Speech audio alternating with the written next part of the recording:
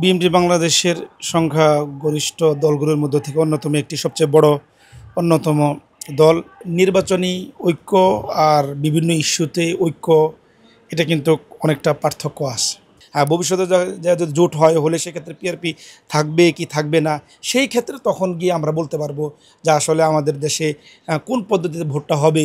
জমিয়তের নেতারাও ছিল ঐক্যের যে বৈঠক, কিন্তু হঠাৎ করে পিআর পদ্ধতি যেটা, এটির বিরোধিতা করার পরে আমরা দেখেছি যে অনেকে বলছে যে ঐক্যের যে সামনের দিকে ঐক্য যেটি, এটির অনেকটাই নষ্ট করে দিচ্ছে জমিয়তে উলামা ইসলাম, এটা অনেকে বলছে। আসলে এখানে যে বিষয়টা বলা হচ্ছে জমিয়তে উলামা ইসলাম ঐক্যকে নষ্ট করছে, এটা সম্পূর্ণ একটা ভ্রান্তি। কারণ হলো এখানে তো এখনও পর্যন্ত বিভিন্ন, আমি আগেও বললাম যে বিভিন্ন বিষয়ে ইস্যুভিত্তিক বিভিন্ন বিষয়ে বৈঠক হয়েছে। তো সেখানে এখনও নির্বাচনী জোট হওয়া না হওয়া এই বিষয় নিয়ে কিন্তু এখনও পর্যন্ত এইভাবে সিদ্ধান্তমূলক কোনো কথা এখনও পর্যন্ত হয়নি।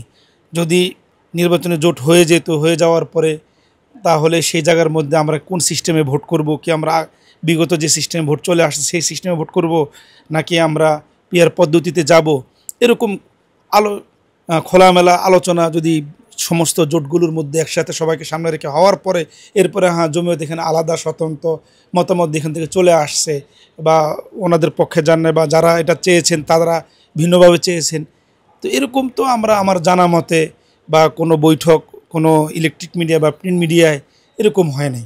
এরকম কোনো বৈঠক কারোর সামনেই কিন্তু এখনও পর্যন্ত আমাদের জানা মতে হয় নাই। বরং এটা যখনই যে কমিশন গঠন হয়েছে, কমিশনের পক্ষ থেকে রাজনৈতিক দলের কাছে বিভিন্ন বিষয়ে তারা মতামত চেয়েছে, সেই মতামতের জায়গা থেকে প্রত্যেক দল তার দলীয়গত দিক থেকে যেটা জাতির জন্য ইসলামের জন্য যে ভালো মনে করেছে সেই জায়গা থেকে তার মন্তব্য ব্যক্ত করছে।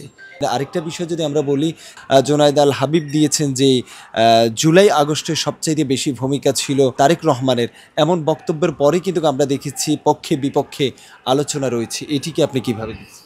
বিএনপি বাংলাদেশের সংখ্যাগরিষ্ঠ দলগুলোর মধ্য থেকে অন্যতম একটি সবচেয়ে বড় অন্যতম দল। তো সেই দলের জুলাই বিপ্লব পরবর্তী যে বিভিন্ন রাজনৈতিক দলকে যে দাওয়াত দিয়েছেন, সেখানে আমাদের জমিয়তুল উলামা ইসলামের পক্ষ থেকে আমাদের মহাসচিব এবং আল্লামা জোনায়েদ আল হাবিব সাহেব সহ আমাদের মুরব্বীরা সেখানে অংশগ্রহণ করেছেন।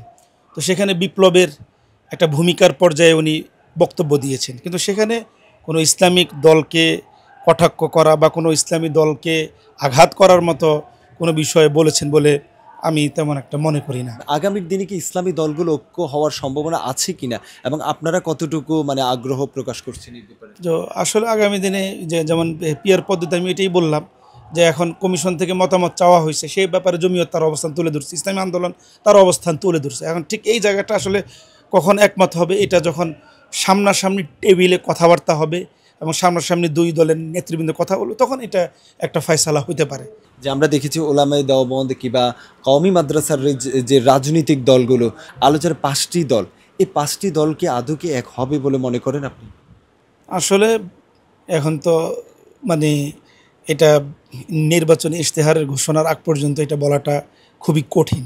কারণ হলো এখন আমরা হয়তো অনেক সময় দেখা যায় যে নির্বাচনী ছক এখন অনেকেই মনে করতেছে যে অমুক দল অংশগ্রহণ করবে, অমুক দল করবে না। তো যদি করে, যেমন কথার কথা এখন আওয়ামী লীগ নাই, তাহলে আওয়ামী লীগ না থাকলে মাঠের পজিশন একরকম হবে, আওয়ামী লীগ থাকলে মাঠের পজিশন ভিন্ন রকম হবে।